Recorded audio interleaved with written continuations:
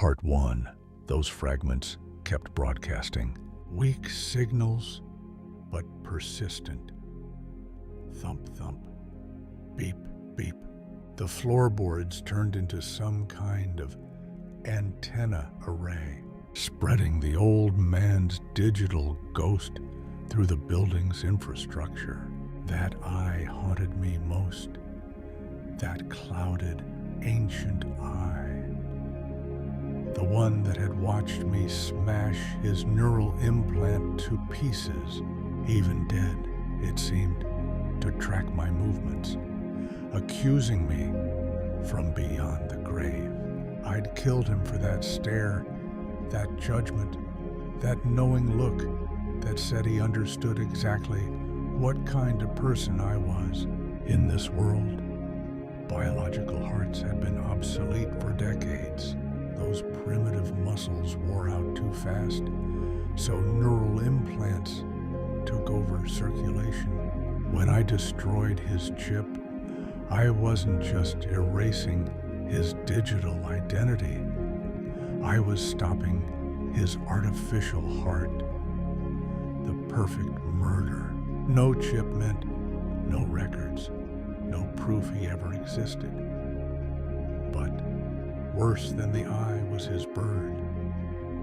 Nevermore. The old man's black raven had escaped during the struggle, and now followed me everywhere, perched outside my office window, sitting on fire escapes, watching from rooftops with those same accusing eyes as its dead master.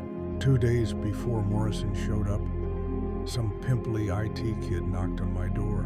"Mr. Wallace, do you have time?" he asked with that smirk they all wore. "It's Poe," I corrected sharply. "Corporate security flagged your workstation. Your password violates our new complexity requirements." Through the hallway window, I could see Nevermore perched on the ledge, head tilted, listening. "Like hell I do," I snarled, not even opening the door fully. The beep beep was pulsing through my skull bones, making everything feel raw and electric. "Sir, it's company policy. Your current password is too simple and Lenore stays exactly as it is, you little I screamed through the crack. That password is sacred. It's literature, it's art. Something your generation wouldn't understand." Nevermore cawed once, sharp, mocking. The kid stammered something about compliance and security protocols. "You want to change my password?" I yanked the door wide open, letting him see the full fury in my eyes. "Fine. I'll shut down every system in this building. I'll crash the servers, wipe the databases, and burn this whole digital house of cards to the ground before I let some corporate drone desecrate Poe's memory."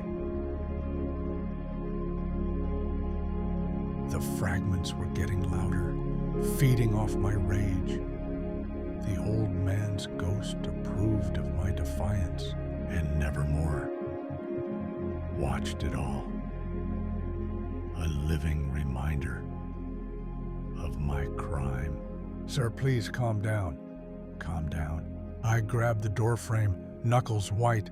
"Leave Lenore alone and get away from my door before I show you what real violence looks like." The kid practically ran down the hallway. Nevermore followed him, then circled back to my window. Part 2. Detective Morrison showed up the next day.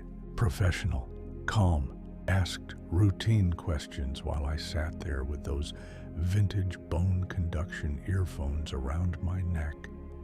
The fragments vibrating their accusation directly through my skull. Nevermore, perched on the windowsill behind her, head cocked, listening to every word. "Everything seemed normal lately?" she asked. "Thump, thump, beep, beep, thump, thump, beep, beep." The sound got louder. I swear I could see my fingerprints in the dust where the floorboards had been disrupted, clear as day, spelling out my guilt in smudged evidence. But obviously she couldn't tell. Her eyes swept right over the telltale marks. How was she staying so calm? The beep beep was thunderous, vibrating through my bones and filling my entire skull. Everyone in the building had to feel it by now. "You seem nervous," Morrison observed. Never more ruffled its feathers. Waiting, of course I was nervous. The whole world was listening to my confession on repeat. That digital heartbeat was broadcasting my crime to every person within a mile radius. And somewhere in that signal, I could hear the echo of his final breath, the wheeze as I pressed the pillow over his face, the way that terrible eye had bulged with recognition. "Thump, thump, beep, beep, thump, thump, beep, beep. How can you just stand there?" I demanded, my voice cracking. "It's so loud. Everyone can hear what I did. They know about the eye. They know I couldn't stand the way he looked at me." "Hear what?" she asked, genuinely confused. She was mocking me. Had to be. The thump, thump, beep, beep was so obvious, so overwhelming, vibrating through every bone in my head, and Nevermore just sat there, black eyes gleaming with knowledge. The old man's chip. I finally cracked. I killed him. I smashed his neural implant, but the pieces won't stop broadcasting. "Thump, thump, beep, beep." The whole city's been listening to my confession. Nevermore let out a single triumphant caw. Morrison pulled out her handcuffs. "Wallace, you're under arrest." "Finally!" I screamed as she cuffed me.